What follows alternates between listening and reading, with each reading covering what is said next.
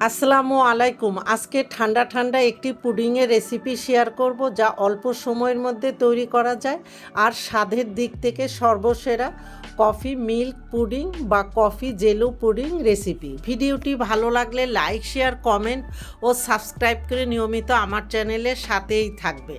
প্রথমে আমি কফি জেলোটা তৈরি করে নিব। এই জন্য একটি পাত্রের মধ্যে নিয়ে নিচ্ছি 2 কাপ পানি।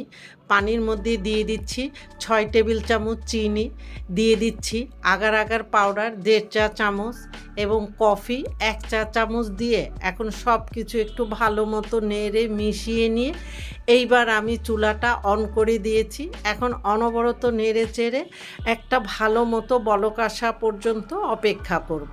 আর এখানে মিষ্টিটা আপনাদের পছন্দ মতো কমিয়ে বাড়িয়ে নিতে পারেন। এখানে যেহেতু কফি দিয়েছি, একটু মিষ্টি না হলে তিতা লাগবে।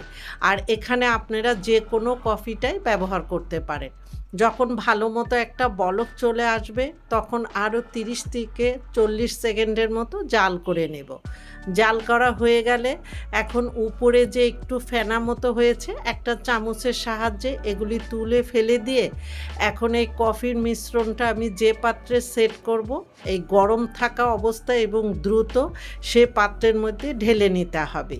এখন এর উপরে যদি এরকম একটু বাবলস মতো হয় একটা চামচ দিয়ে বা শাসলিকের কাঠি দিয়ে সমান করে দিতে হবে, অথবা তুলে ফেলে দিতে হবে। এখন এই মিশ্রণটা ঠান্ডা হওয়া পর্যন্ত অপেক্ষা করব, কমপক্ষে 30 থেকে 1 ঘন্টার জন্য। 1 ঘন্টা পরে জেলো খুব ভালো মতো সেট হয়ে গিয়েছে। এখন একটি ছুরি দিয়ে আমি এরকম কিউব করে কেটে নিচ্ছি। আপনারা আপনাদের পছন্দ মতো বা ছোট বড় করে এই জেলোগুলি কেটে নিতে পারেন। সব কাটা হয়ে গিয়েছে। এখন একটি স্প্যাচুলা দিয়ে জেলোগুলি বাটির থেকে ছাড়িয়ে নিয়েছি। আর দেখেন জেলোটা কতটা সফট হয়েছে। এখন আমি যে পাত্রে পুডিং সেট করব, সেই পাত্রে কিছুটা জেলো দিয়ে দিচ্ছি আর কিছু রেখে দিচ্ছি, আমি শেষের দিকে ব্যবহার করব।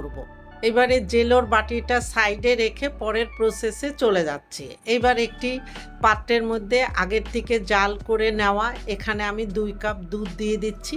এখন এই দুধের মধ্যে দিয়ে দিব 6 টেবিল চামচ চিনি, দিয়ে দিচ্ছি আগার আগার পাউডার 1.5 চা চামচ এবং দিয়ে দিচ্ছি কফি 1 চা চামচ এবং এর স্বাদ বাড়ানোর জন্য দিয়ে দিচ্ছি 2 টেবিল চামচ গুঁড়া দুধ। এখন সব কিছু একটু ভালো মতো নেড়ে মিশিয়ে নিতে হবে, যাতে কোথাও কোনো লাম্পস না থাকে। দুধের সাথে সব কিছু ভালো মতো মেশানো হয়ে গেলে এখন চুলাটা অন করে দিয়ে খুব ভালো মতো একটা বলক আসা পর্যন্ত জাল করে নেব। আর এখানে মিষ্টিটা আপনাদের পছন্দ মতো কমিয়ে বাড়িয়ে দিতে পারেন। আর এখানে গুঁড়া দুধটা আমি স্বাদ বাড়ানোর জন্য দিয়েছি, আপনারা চাইলে স্কিপ করতে পারেন। যখন ভালো মতো একটা বলক চলে আসবে, তখন আরও 30 থেকে 40 সেকেন্ড মতো জাল করে নেব। 40 সেকেন্ড যখন জাল করা হয়ে যাবে, এখন চুলাটা বন্ধ করে দিয়ে এই দুধের মিশ্রণটা আমি বাটিতে যে কফি জেলুগুলি রেখেছিলাম তার উপরে দুধের মিশ্রণটা খুব দ্রুত ঢেলে দিতে হবে। আর যে বাকি জেলোগুলি রেখেছিলাম, এখন এই জেলোগুলো দিয়ে এখন সব কিছু একটু হালকা হাতে নেড়ে মিশিয়ে দিতে হবে। আর এই কাজটি কিন্তু একটু দ্রুত করে নিতে হবে, তা না হলে কিন্তু জমাট বেঁধে যাবে। আর উপরে যে বাবলসগুলি আছে, এগুলি হয় চামচ দিয়ে তুলে ফেলে দিতে হবে, অথবা একটি শাসলিকের কাঠি দিয়ে ফাটিয়ে দিতে হবে। তবে আমি আজকে এই কাজটি করতে পারিনি, তার আগেই কিন্তু আমার জেলোটা জমাট বেঁধে গিয়েছে। গরম ভাবটা একটু কমে আসলে ফ্রিজের নর্মাল চেম্বারে এই পুডিংয়ের পাত্রটা আমি 2 থেকে 3 ঘন্টার জন্য রেখে দিব, এতে খুব ভালো মতো সেট হবে।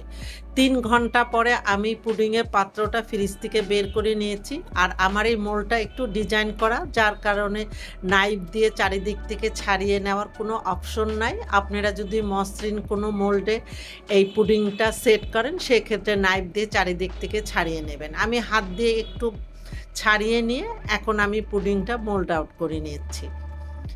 পুডিংটা খুব ইজিলি পাত্র থেকে বেরিয়ে আসবে। দেখেন কত দারুণ হয়েছে।